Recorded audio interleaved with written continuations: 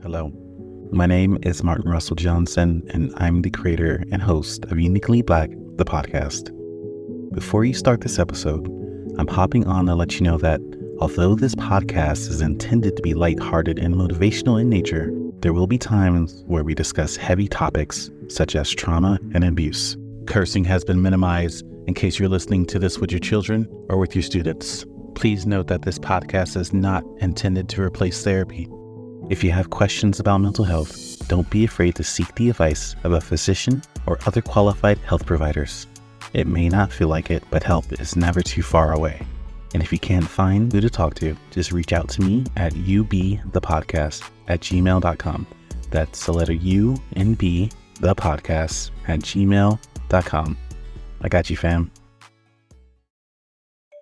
Welcome to Uniquely Black, the podcast, a virtual space where we celebrate Black professionals by sharing their extraordinary journeys to success. Vote was a poem. I got together a skeleton crew to shoot visuals for this incredible piece that focused on social issues like immigration, the war on drugs, and we ended up winning a regional Emmy for the piece. You'll hear from artists, educators, entrepreneurs, and other inspirational Black professionals whose stories will inspire you to grow no matter where you're at in life. Being on a set of something that you created and just looking around and being like, these 100 people here who are able to work, who are able to, pay their rent, pay their car note, feed their kids, is because I sat there and came up with a thing. I created jobs for people. That feels incredible. These conversations are more than just interviews. They're powerful dialogues that engage each guest in an authentic conversation about their triumphs over adversity. The first 4 years in the business was like high in anxiety because it was off and on, off and on, off and on. And when I was working at Marvel, they got the contract to do all of Hasbro. We did G.I. Joe, Transformers, Inhumanoids, My Little Pony. Suddenly we had all of this money coming in, and it was continuous employment for almost 8 years. Join me as we challenge perceptions and shatter harmful stereotypes and get inspired to create, to innovate, and to push through your setbacks to unlock your true potential. This is Uniquely Black, the podcast.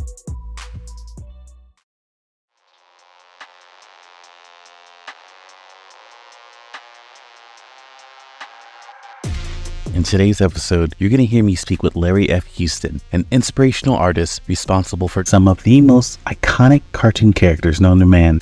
In this episode, you'll hear about how he navigated childhood during the Watch riots, overcame his early failures on his journey to become an artist, and how iconic figures such as Sidney Poitier and a fictional character from Star Trek named Captain Uhura were the match that lit a fire under Larry to tell diverse and inclusive stories that paved the way for the Marvel Cinematic Universe to one day become the biggest movie and television franchise in history. I'm your host, Martin Russell Johnson. Let's go for a little ride. Did you ever get a chance to meet him? No, unfortunately, I didn't. The only thing I can say about the Black Panther is that the first 2 animated appearances of the Black Panther, I directed.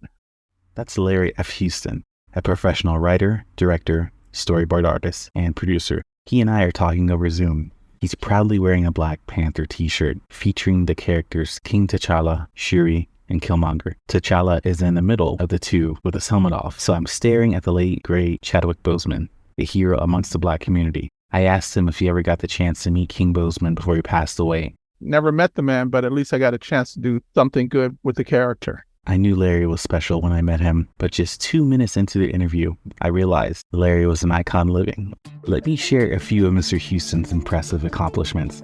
He's an Emmy-nominated producer and director of X-Men the Animated Series, which, if you're a millennial, you know that cartoon series successfully laid the foundation of the 11 X-Men cinematic films, which have collectively grossed over $6 billion worldwide. Larry was a storyboard artist for 80s and 90s classics like Spider-Man and His Amazing Friends, Transformers, Batman, and Teenage Mutant Ninja Turtles. He directed cartoons like Captain Planet, G.I. Joe, The Karate Kid, and The Care Bears. Larry is special.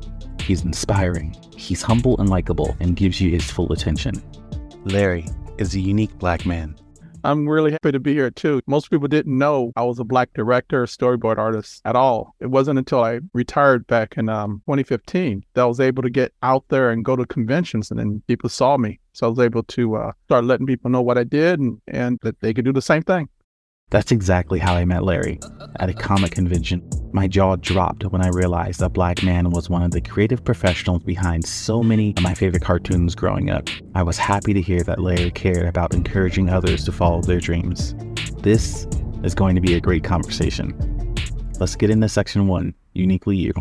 I'd love to ask the first question. What's your profession today? If you can briefly describe what you do. I'm semi-retired right now. Actually, Disney hired me back to work on the next, it's called X-Men 97, and they hired me to be a consultant, and I'm also the director of the new intro for the new series. But, before then, I was like producer, director of a lot of different shows, and before that, I was a storyboard artist. You created one of the most iconic openings of any television show I've ever seen. I think you're talking about the X-Men, right? Yes. Oh, yes. Wait. Stop the beat a minute. Listeners, UB fam, if you've never seen the opening of X-Men the Animated Series, stop everything you're doing right now and go watch it on YouTube. It might be the best 60 seconds of your day. I'll be waiting. Amazing, right? That imagery that you saw, I had no time to overthink it because I had a weekend to come up with it. So I drew about 3 minutes of footage, and then we sent it to Fox, Margaret Lesh, Will Mineo, and then when it came back, they said, okay, we're going to cull this down to minute 3. It's fascinating that something so iconic was rushed and happened so quickly. Whenever I watch the opening, it reminds me that nothing good comes from overthinking, and the best thing that we can do for ourselves is just get out of our own heads. I heard that entire series was kind of rushed, right? That a lot of stuff shot out of sequence and a lot of stuff written out of sequence. Oh, yeah. You had your hands full from the start. Yes, I did. When I go to conventions, I let the fans know that there was never a guarantee of a season 2. The fact that we even got it on the air for season 1 was a miracle because except for myself, Will Mineo, and Rick Holberg, and the Leewalls, who are the writers, there were a lot of executives that said this show's going to crash and burn, it's going to die. Nobody believed in the show. Even Marvel back east in New York, they were like at arm's length because up until that show, there had never been an accurate adaptation of their books. What Marvel East didn't realize is that the 3 of us were fanboys. UB fam, I want to take a second to point out that here we have a professional who had been in the business for years at this point, and yet he was still facing uncertainty and needed to prove himself. Just imagine the amount of pressure and anxiety that puts someone through. The Black community suffers from increased rates of mental health issues such as anxiety and depression. When things get tough, it's easy for us to give up, but Larry's secret weapon was his passion, which fueled his confidence. He wasn't going to let the show fail because he cared so deeply about it. We grew up with this stuff. It was in our blood. I tried to put my best effort into that series because it's something that I had been trying to get on the air since the mid-'80s. I had 2 bosses back then. It was Stan Lee, Margaret Lesh. Fast forward about 6 years, she became the CEO of Fox Kids, the network. And she's the one who called me and Rick and Will. She had the power to greenlight stuff. She said, we're going to do the X-Men. Because of her and her steadfast belief that we could do a good series, that we got it on the air at all. Shout out to Margaret Lesh, a badass leader who took a chance and ended up changing the trajectory of superhero films as we know it. What was your trajectory like, education and training and things like that? How did you get into the business? I had always wanted to be an artist. My first cartoon that I really loved when I was growing up was a black and white cartoon show called Astro Boy. And I'd watch that when I come home from school, as elementary school, and it just fascinated me. And I had always been an artist trying to copy it, tracing paper, seeing, trying to make my drawings look like their drawings. When my mom would take me to the barbershop, in the middle of there'd be a table, all these magazines and stuff, right? Well, they'd have these comic books in there. It introduced me to the DC characters, and then it introduced me to some Marvel comic books. And I just take those home and try and read them and try and draw and just try and become an artist that way. I love this. Larry sounds like every other kid who loved cartoons and comic books at his age. Sometimes in life, especially when we get older, it feels like we've hit a wall and we stray away from what we think our purpose is. I've seen this in even the most successful people that I know.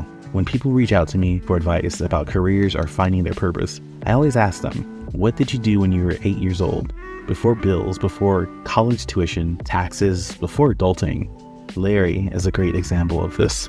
when I got into high school, I met up with other artists at the school I went to, Dorsey High School. And I discovered, I would draw my own comic books for my own pleasure, but so would these other guys. They did the same thing. They were drawing their own comic book for their own pleasure. So I had found my folks. They draw their books and I'd read theirs, they'd read mine. So it was kind of like a good support group. Because back then, you got to remember, reading comic books was not the best thing you could do back then, because you were like ostracized for being a weirdo.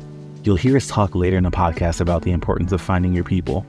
I've noticed that in our community, there's a good chance we've been burned and hurt a lot of the time by people in our own community. Trust is complicated when you feel like someone doesn't understand or acknowledge the struggle you've been through. This lack of trust causes you to pull away and want to do everything on your own because, let's face it, you've probably had to do everything on your own. But at some point, you've got to learn to trust other people, especially if you want to become successful in life. More on that later. Was there a Black person that did what you wanted to do professionally? Someone that showed you that those goals were achievable? At the time, no. There weren't any Black artists. This is back in early 70s for me. And no, there weren't any. I think until the first one I saw was the artist who drew Power Man, Luke Cage, Hero for Hire. For me, to be honest, when I got out of high school, I wanted to go to New York, wanted to get a job as a comic book artist and start drawing comic books. And that's when my mom said, drawing is nice, but you need to get a real job, son. So, one, I had no money. Two, I didn't know anybody there. It was a dream that didn't happen. So my alternative was I went to a computer school and became a computer technician. And I fixed computers at a lot of major companies for about 7 years after high school. Remember what I said earlier about those moments where you feel like you hit a wall? Those moments don't always happen late in life. Larry had plans straight out of high school to move to New York and pursue his dream to become a comic book artist. But that dream didn't come true. It's moments like this that test you, test your spirit, and challenge your will. It's easy to succumb to the adversity, especially when you have nothing to fall back on. No money, no family inheritance or generational wealth to keep you afloat. Taking that leap of faith and betting on yourself can be daunting. It's scary, I know. I've been there myself. I'm there right now as I write this in Starbucks, paralyzed by the anxiety of the writer's strike and the impending recession, haunted by the fear of 2008's recession, going back to living in hotels or even worse, becoming homeless, fearful that no one will ever hear this podcast. Kendrick Lamar has 4 bars on the track Fear that always resonates with me. He says, at 27, my biggest fear was losing it all. Scared to spend money, had me sleeping from hall to hall. Scared to go back to Section 8 with my mama stressing 30 shows a month and I still won't buy me no Lexus. UB fam, I want you to know that fear and anxiety are natural emotions for anybody, and you're not going to get over those emotions right away. But trust me when I tell you that as soon as you start believing in yourself, believing that you can overcome whatever struggles you're currently experiencing, the sooner you'll start surprising yourself and achieving those goals that you've set. Let's listen to Larry as we talk about how he got himself back on track. It's like I want to be an artist. I can't be an artist. Okay, I like science. I like computers. Okay, let me do that for a while. When I got into aerospace, I got bored fixing computers for a living. And I had friends that were working at Disney, that were working at Hanna-Barbera, and they were telling me, if you really want to be an artist, why not think about being in animation? The comic book stuff was just way, way beyond my grasp. I applied for a job at Filmation. Although Larry took a detour from his dream, he had faith that at some point an opportunity would arise for him to continue his journey. I knew a couple of guys who were like directors, but the job offering that they had there was for being a layout artist. And I took their test twice and failed the test twice because my anatomy was just like not good, Larry shot his shot, but the end result wasn't what he wanted. But he didn't let that no stop him. All that mattered was that he tried, because if he wouldn't have tried, what happened next would have never happened at all.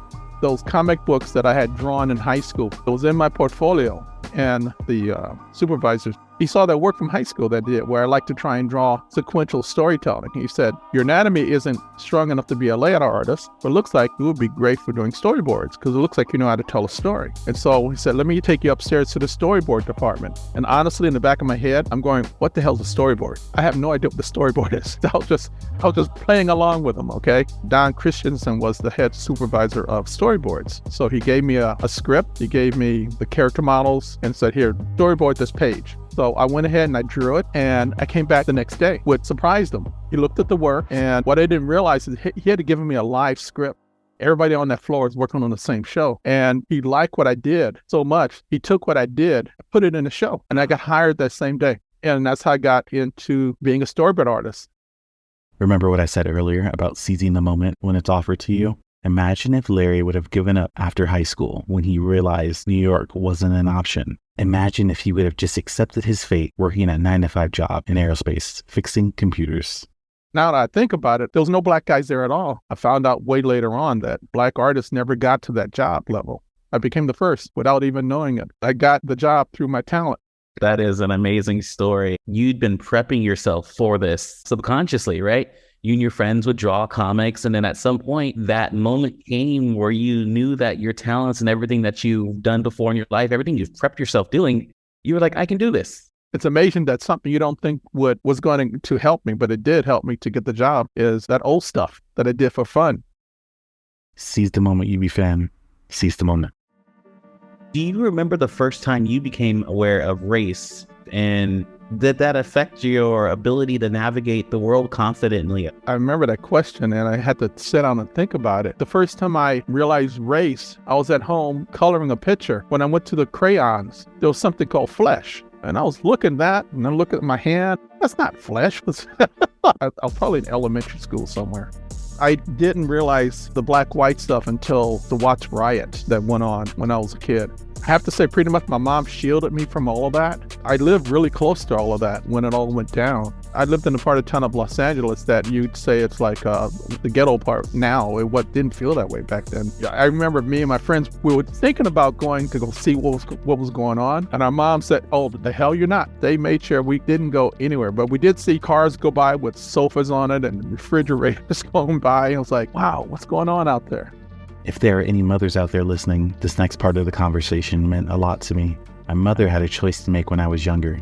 Either live in a one-bedroom apartment attached to a hotel in a middle-class neighborhood, or give us a multi-bedroom apartment in a neighborhood where kids my age were losing their lives on what felt like a daily basis. Back then, I always wished I had more, but when I got older, I realized my mom just wanted to eliminate a barrier to my future success. It sounds like you had a really positive parental figure who wanted you to do nothing but the best in your life. Do you feel like you had all the necessities and guidance that you needed growing up to make your life as easy as possible?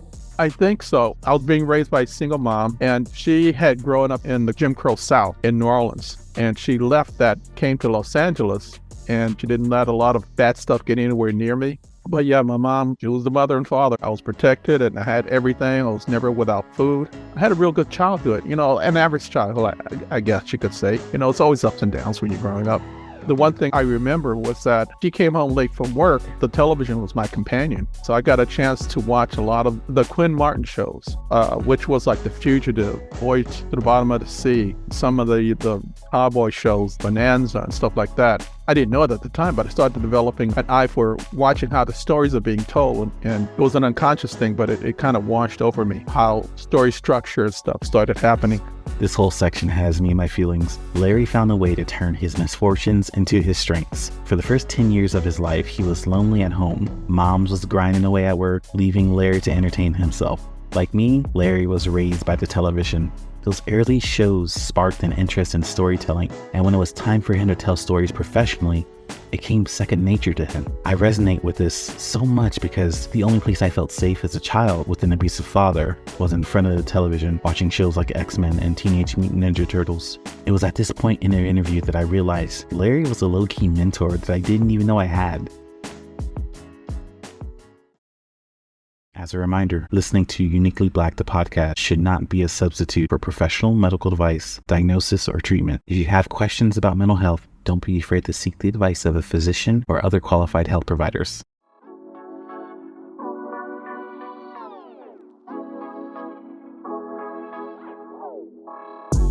UB fam, welcome to section 2 of the podcast, titled ACE Scores and Mental Health.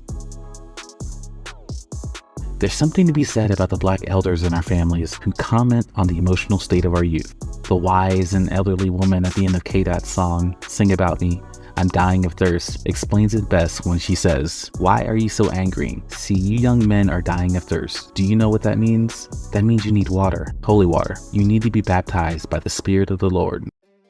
she's definitely onto something, but the issue is a bit more complicated than just praying away the anger, hoping to heal. ACE scores, or adverse childhood experiences, might be a better answer as to why so many people in our community feel like they can't get ahead in life.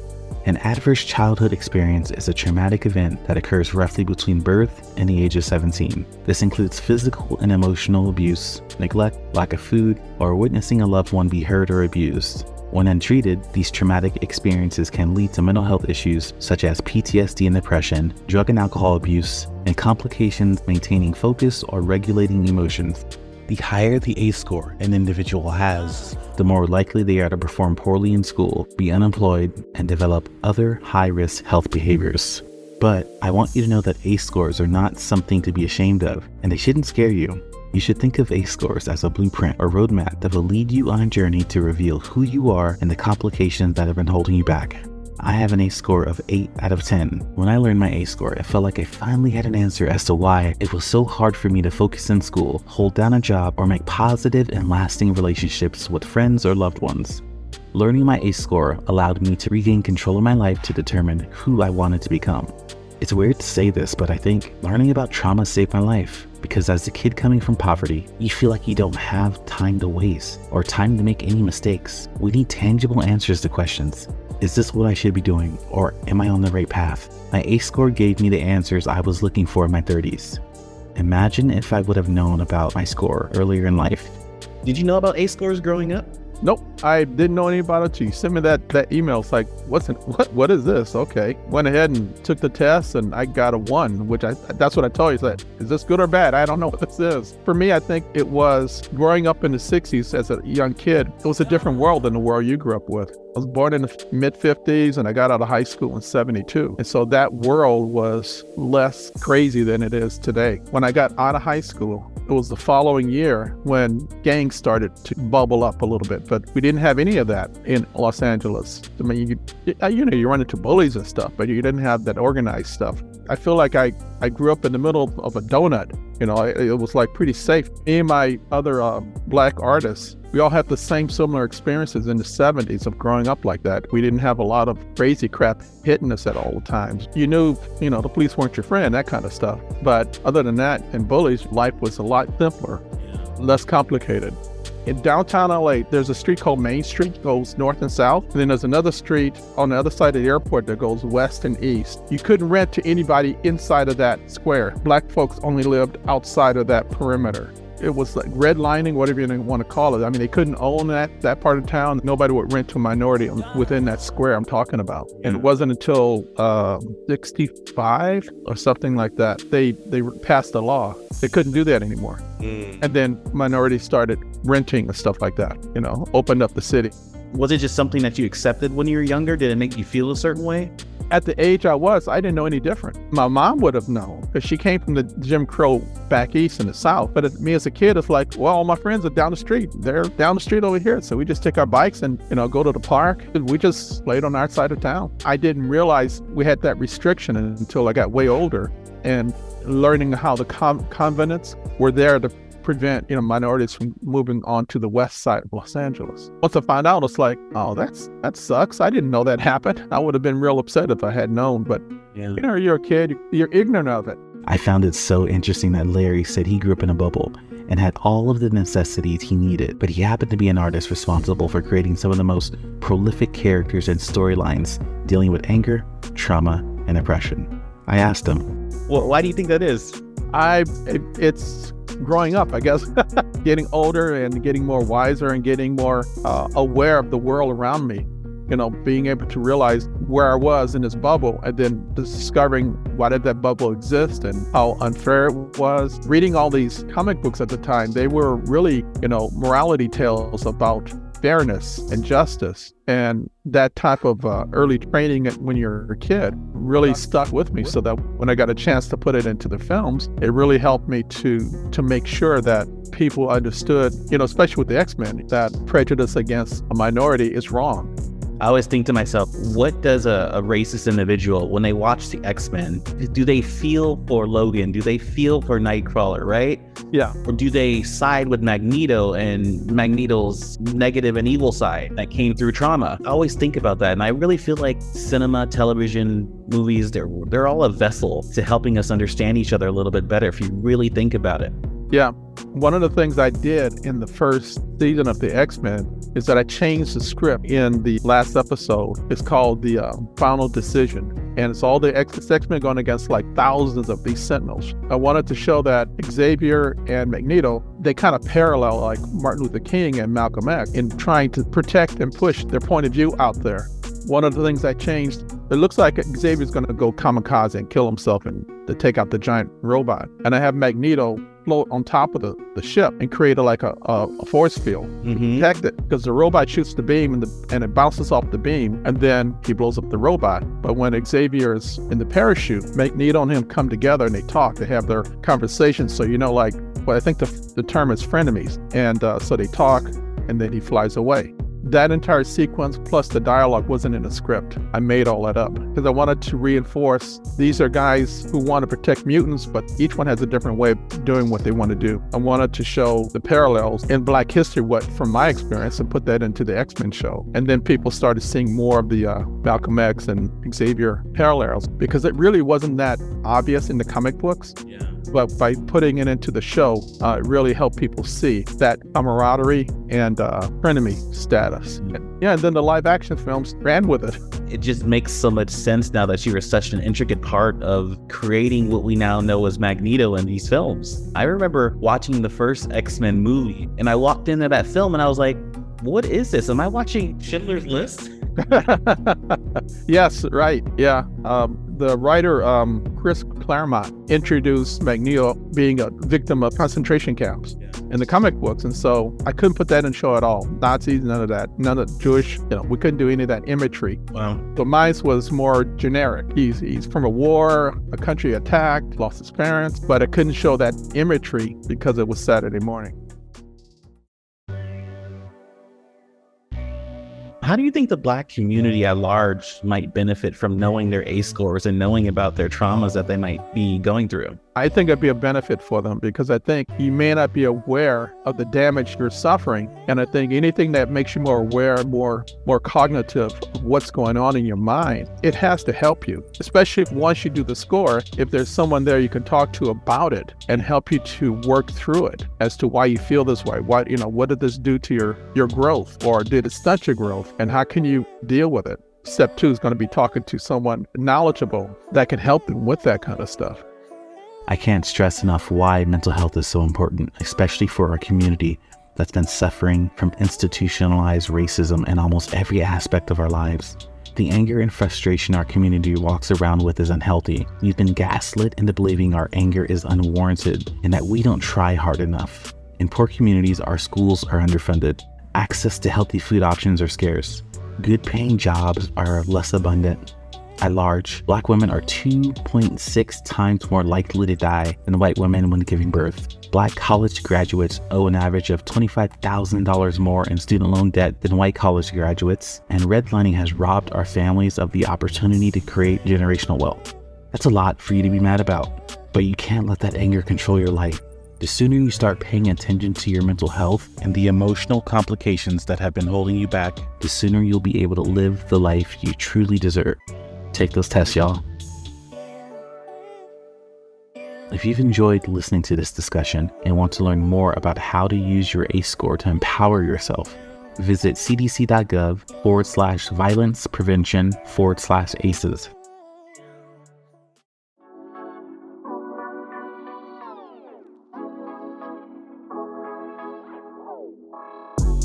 UB fam, welcome to Section 3, Mentorship and Career Trajectory. The goal of this section is to give you an inside look at each guest's journey and inspire you to set up a career path for yourself, especially if you're feeling lost. I kicked this section off by asking Larry to share the proudest moment in his career. Some of the most memorable things for me, there's several. One is when I got promoted from being a storyboard artist to a director on G.I. Joe. At that point in my career, I became a director from that point forward. when I became the director of the X-Men, when I was able to do the first Black Panthers, because I had been wanting to get that character out there. The X-Men was on the air for 5 years. I did the first 4, but I left because Marvel asked me to take over the Fantastic Four. And I said, okay, I'll switch over because I love the Fantastic Four also, like the X-Men. I think what you're about to hear Larry say next is super important because it deals with the theme of self-worth.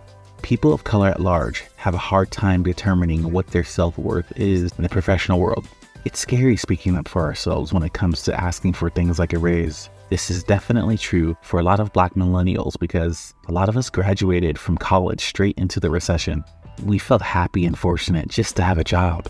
I asked for 3 things. One was more money. The other thing was I wanted to do the classic stories that I remember growing up as a kid. And the third was leave me alone. You know, I just want to tell good stories. And when they agreed to all that, that's when I switched over from the X-Men to Fantastic Four. In doing that, I got a chance to do all the classic stories I remember as a kid reading. I did the very first animated Black Panther episode, Dr. Doom and Galactus, Silver Surfer. So I got a chance to do that and to physically take the books, Xerox it, and hand it out to everybody. Say, okay, we're doing this. A career is supposed to be a collaboration. We need money and the company needs to produce. Larry knew what he brought to the table and asked for more money and the freedom to work on the shows that he wanted to work on. Larry knew his worth. I recently read on LinkedIn that Black women don't apply for a job if they don't meet 100% of the job requirements. The study showed that this was because they didn't want to waste their time and energy applying for a job that they thought they had no shot at getting. I also read another article on LinkedIn about Black women. It stated, new study shows Black women are amongst the most educated in the United States. Know your worth. You standing your ground and saying, leave me alone is fantastic because you already proved yourself. Was there any obstacles that you feel like in your life you had to overcome in order to realize your true potential?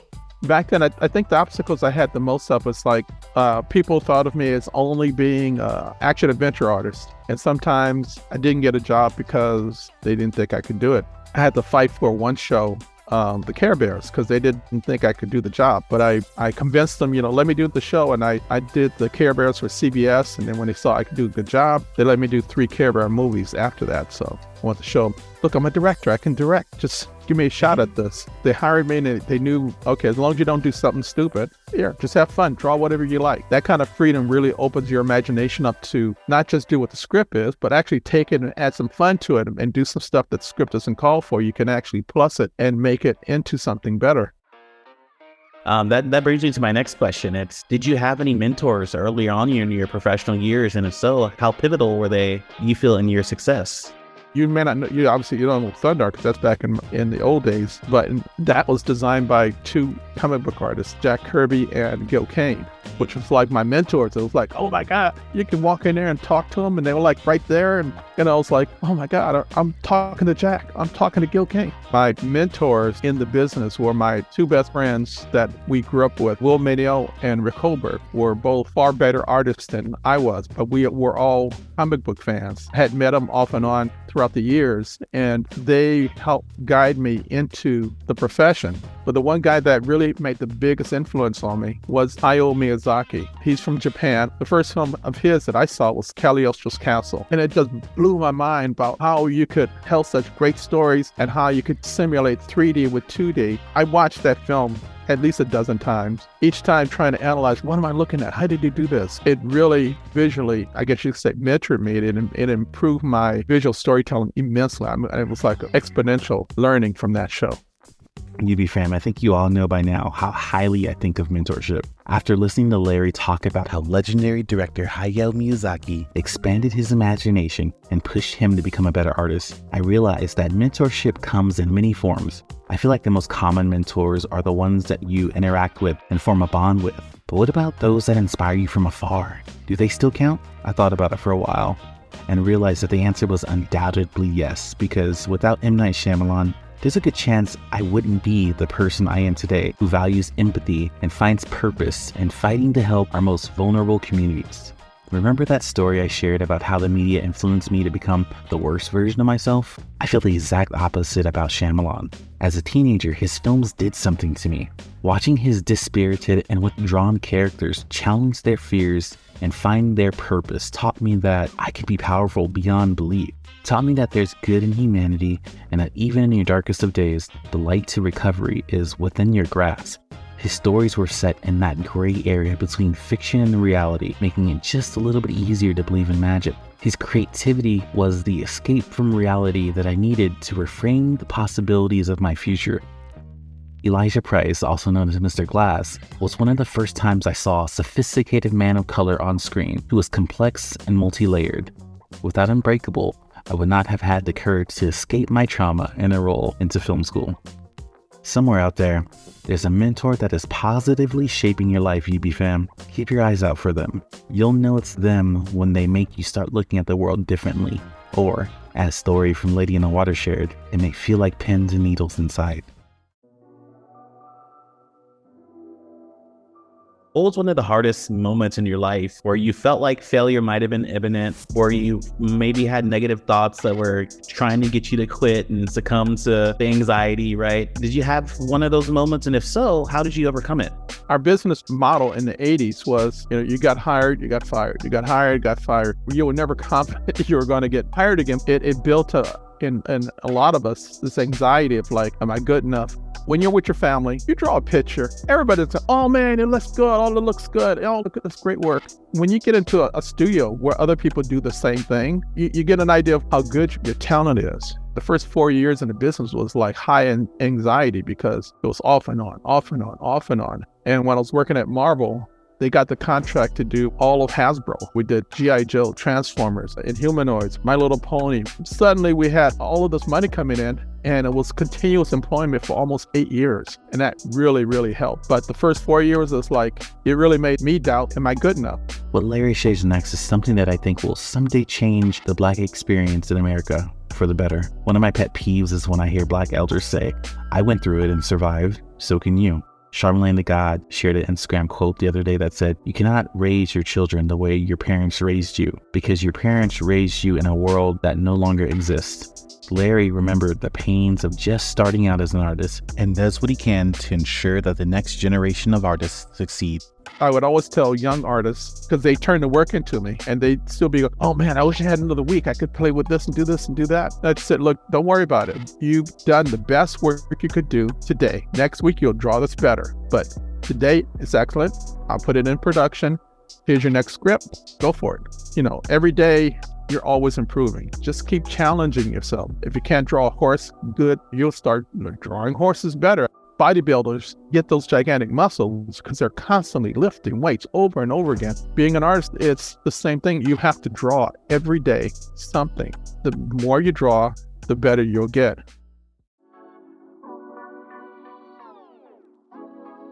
Welcome to Section 4. This section is called Blackness Defined. The goal of this section is to hear our guests' unique perspective about what it means to be Black in America while shattering stereotypes and misconceptions about who we are. That feeling of being the only Black person in a room, how can you describe that to somebody? It is hard to describe because if there's anything you're in the room, some kind of Black issue comes up, they look at you. You're it. You're the savant of all things Black. They come to you, to ask opinions or whatever. In the era that I grew up in, when I got the first job at Filmation, I was probably the only one there for about a month. And then after that, they had like 3 or 4 other guys came in. I just kind of led the way when they said, oh, they hired this Black guy. He's good. I tell them, look, here's a guy named Don Manuel. There's another one called Barry Caldwell, Byron Vaughn. And I said, these are people that draw. Take a look at their work. I call them up, hey man, they're looking for a guy, and they go there and show the work and they got hired. Wow, you started it.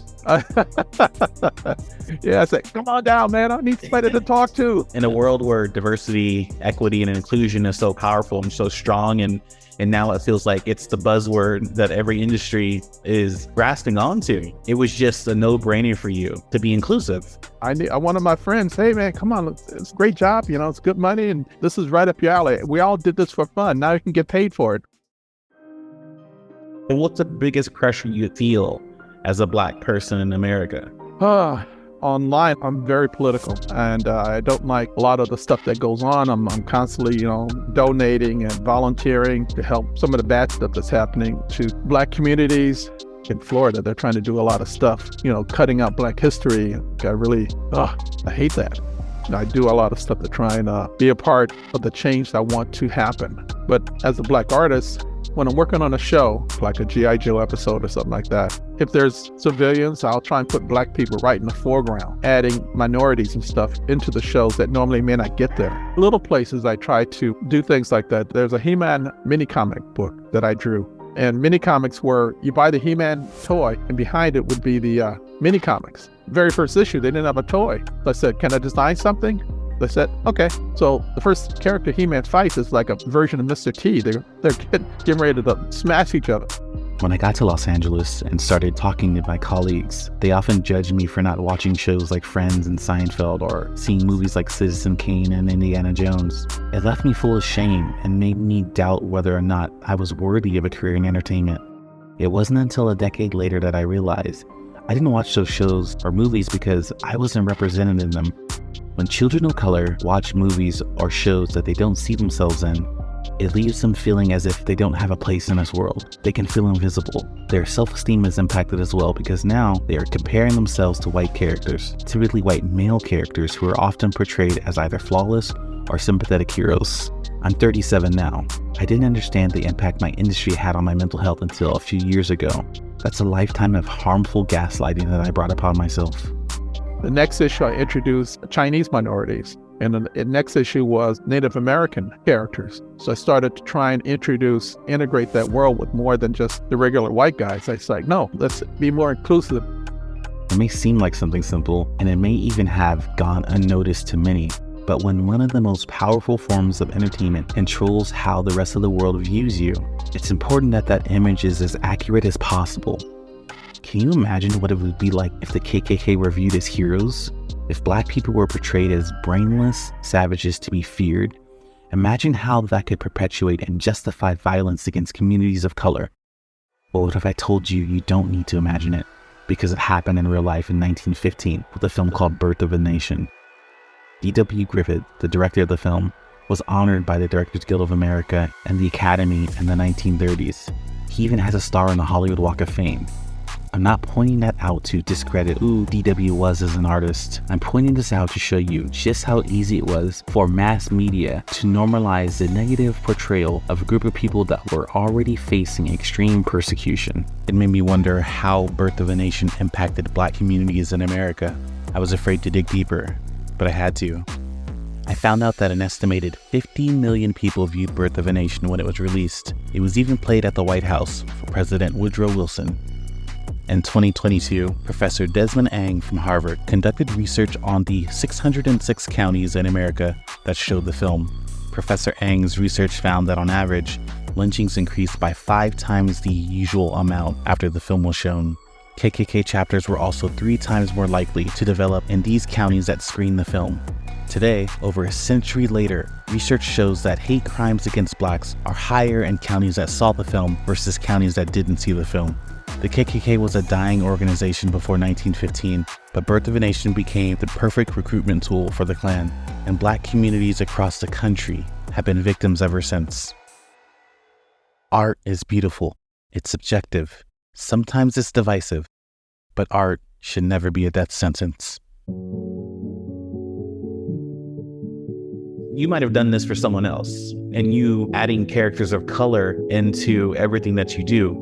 What was the first time you felt represented in television, cinema, or literature as a Black person, and how did that make you feel? Oh, let's see.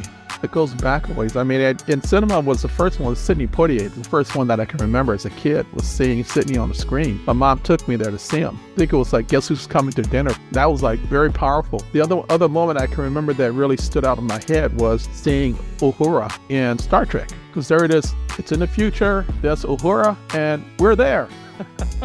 Right? Because a lot of science fiction films, we're never there. And then when I saw Star Trek, hey, she's there. And then there's other minorities and Black people there. It's like, oh, this is so cool. I mean, they're just, background people coming here and there, but it's like, wow, okay, this is great. I couldn't help but to laugh. Something as simple as being there was considered a win. Mr. Portier was the first black man to win an Oscar in the Best Actor category. I read an article in Entertainment Weekly that said, Mr. Portier's legacy was secured every time a black actor stepped in front of the camera without having to question whether they belonged there. Captain Uhura, played by Nichelle Nichols, was one of the first non-stereotypical roles played by a black woman, breaking the stereotype barrier for black actresses. As I dug deeper into my research, I found out that Martin Luther King Jr. was a huge fan and encouraged her to continue playing the character after she stepped away from the role due to racial harassment and learning that the studio was withholding her fan mail.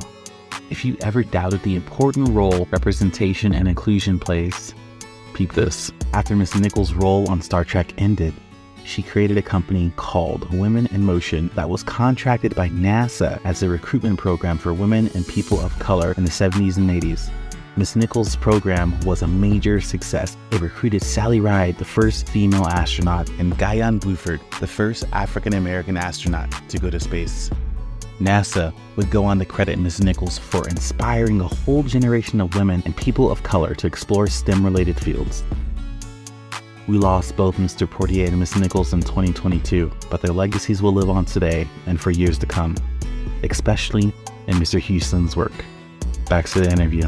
That's something that's really important to me, like Afrofuturism, right? It came to a point where my friends were like, oh, you need to go see Harriet. You need to go see Django, 12 Years a Slave. And I'm like, I'm tired of cinema telling me who I was before, but not showing me in the future. Yes, we did an adaptation of Days of Future Past. It initially involved Kitty Pryde, I think. She comes from the future to the past. Let's use Bishop, this black guy from the future who comes to the present to take care of the storyline that we had set up. One, it shows Bishop's way in the future and we're there, which, it's like, yes, I want to prove we're there, we're everywhere. He was a better character. He was more badass, like Wolverine and stuff, but he was really powerfully built character. So it's like, it was really cool to have him represent to the public, especially to the minority men out there, that we're there and we're everywhere. I had a major breakthrough as Larry described the character of Bishop to me.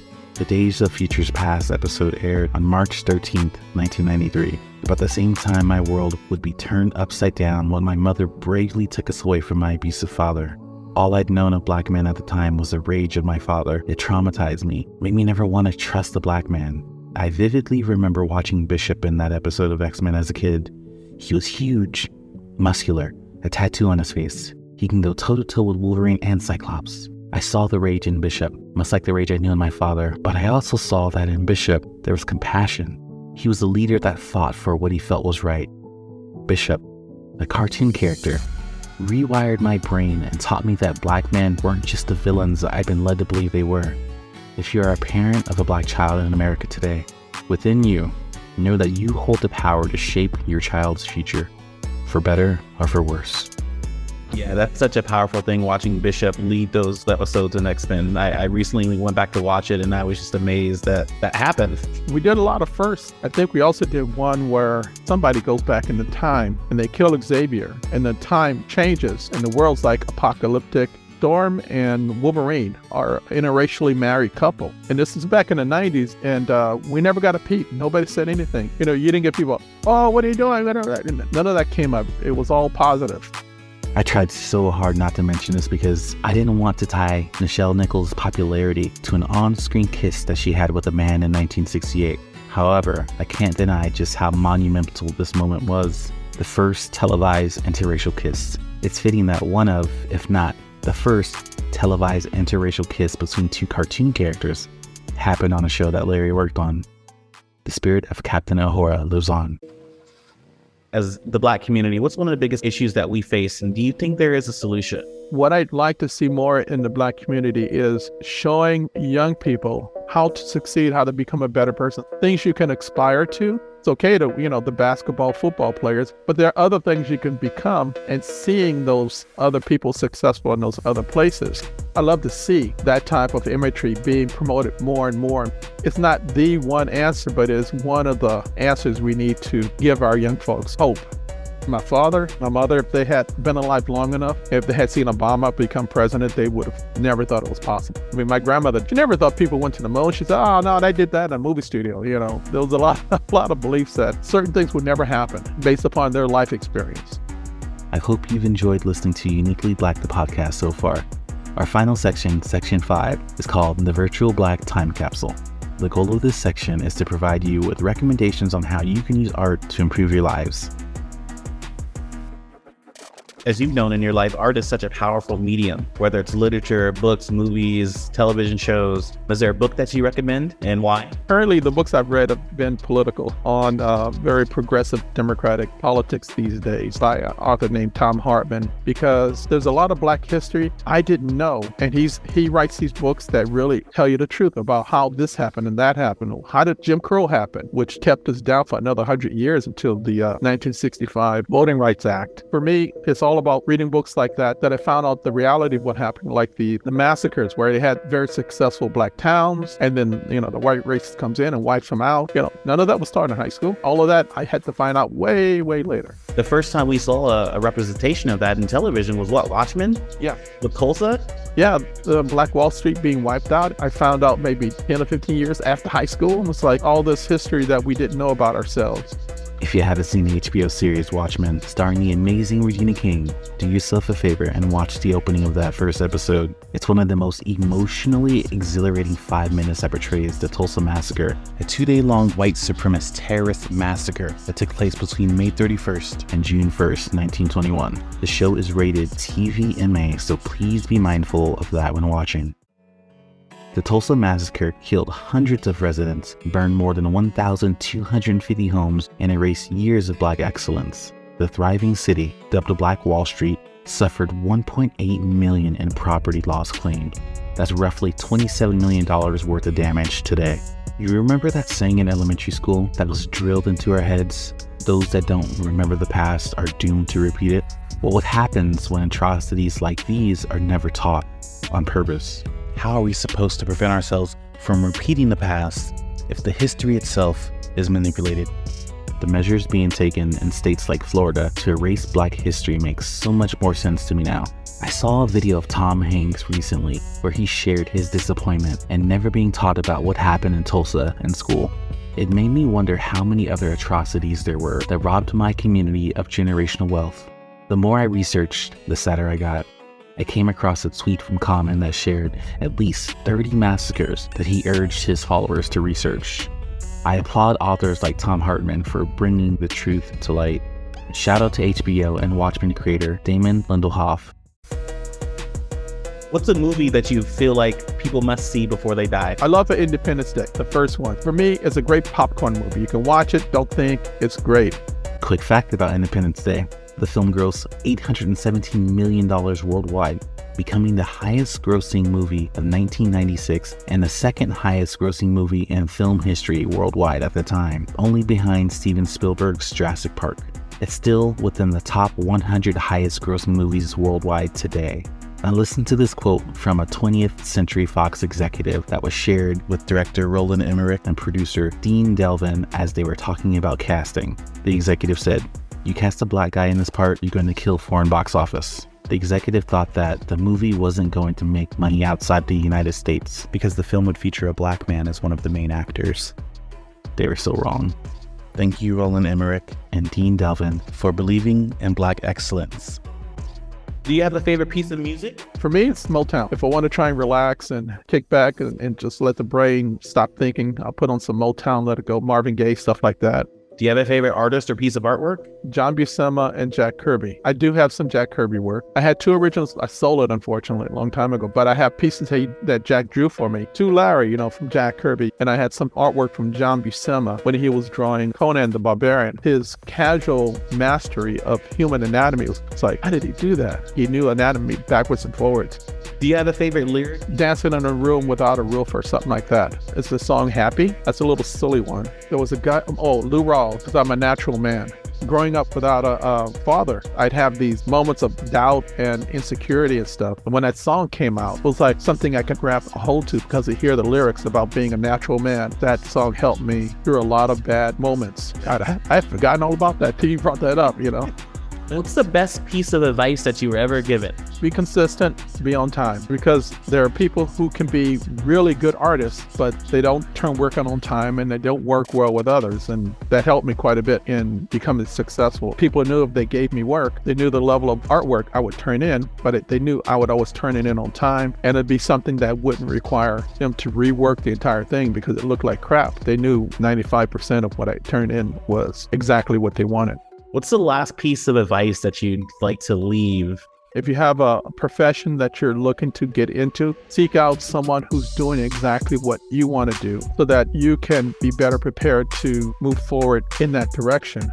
Try and always be positive, be assured of who you are, be assured of your talent. You might get, 10 or 12 no's, but you might get a yes in whatever you're trying to achieve, but don't be deterred by all the no's. Just keep your eye on the prize and just keep going for it. Because one day you will achieve what you want to achieve. Just go for it. Larry, this has been fantastic and amazing. There's so many nuggets of wisdom and so much that you shared in this episode that I think is going to be beneficial for people to hear, not only people of color, but society as a whole, much like X-Men and much like projects you've been involved with in the past. So it makes sense that you've done so much fantastic work in the industry. Kudos to your mother for raising you and understanding the importance of keeping you away from the toxicity, and kudos to you too for just having the tenacity and understanding that you needed to find your people. And once you found your people, giving them the opportunities, like you said, being on the other side and helping with the hiring process and helping with giving other people opportunities. It's meant a lot to talk to you today, and a moment I will always remember. Oh, thank you for that, sir. I appreciate it. I'm glad to participate and be part of your group, man. I feel honored that you gave me a call and that we finally hooked up, and got this thing done. There you have it, UB fam. The first episode of Uniquely Black, the podcast.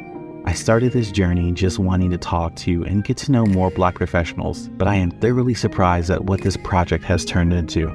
I didn't realize how much I was going to learn about my history as a Black man in America. I also didn't expect this exploration to be so therapeutic.